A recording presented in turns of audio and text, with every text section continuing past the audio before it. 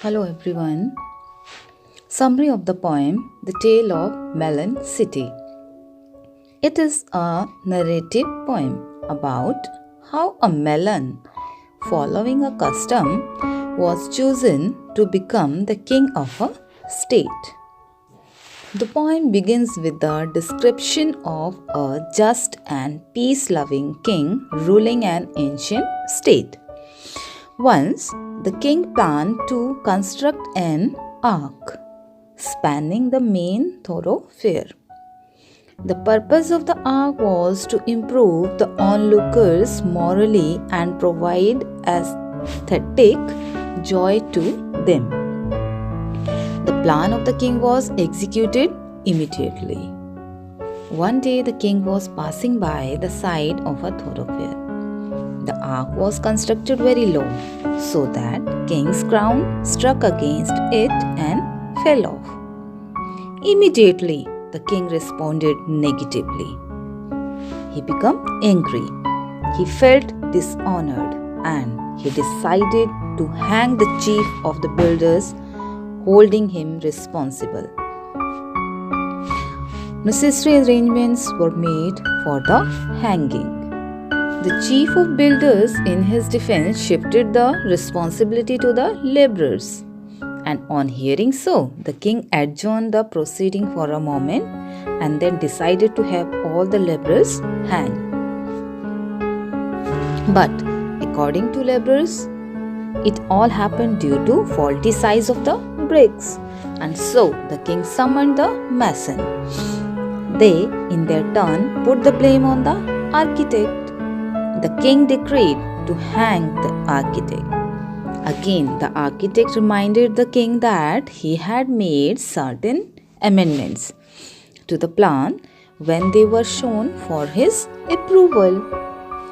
In a way, the architect indirectly put the blame on the king. The argument of the architect left the king completely confused.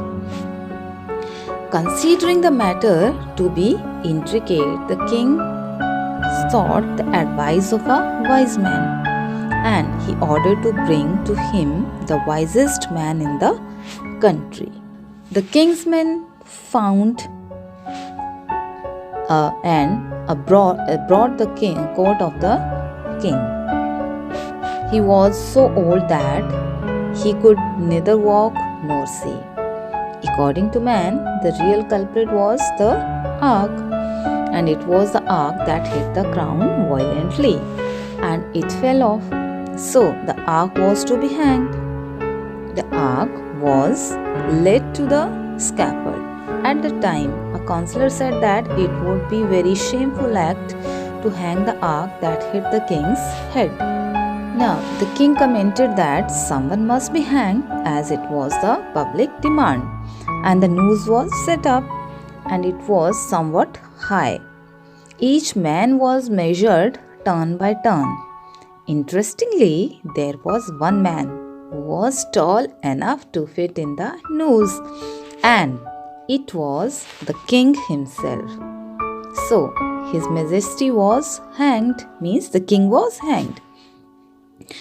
Now, the ministers heaved a sigh of relief that they were able to find someone.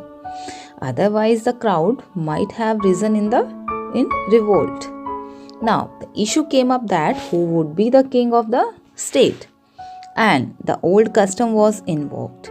They sent out the heralds to proclaim that the next to pass the city gate would choose the king. Now, an idiot happened to pass the city gate.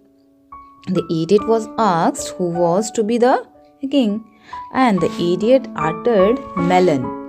Actually, that was his pet answer to all the questions because he likes melons. The minister coronated a melon and placed the melon king reverently at the throne.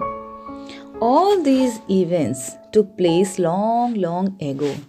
And now, when someone asks people how's that their king appears to be a melon, they reply that if His Majesty takes delight in being melon, it is alright with them. They have no right to say what he should be as long as he leaves them in peace and liberty. It seems that the principles of non interference as well as established in that state. Through this poem, the poet serves the message to all that the rule of the monarchy is effective or not. That's all for this summary. Thank you.